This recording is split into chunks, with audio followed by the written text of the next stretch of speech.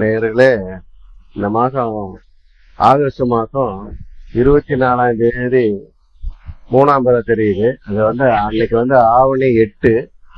அந்த ஆவணி 8 அன்னைக்கு மூணாம் பிறை தெரியுது. பொதுவா மூணாம் பிறை தரிசனம் சிவனின் சிவனோட அவதாரம் சொல்லுவாங்க. அன்னைக்கு மாலையில ஒரு சில நிமிஷம் மட்டுமே வரக்கூடிய மூணாம் பிறை பார்த்தோம்னா நல்ல யோகம்.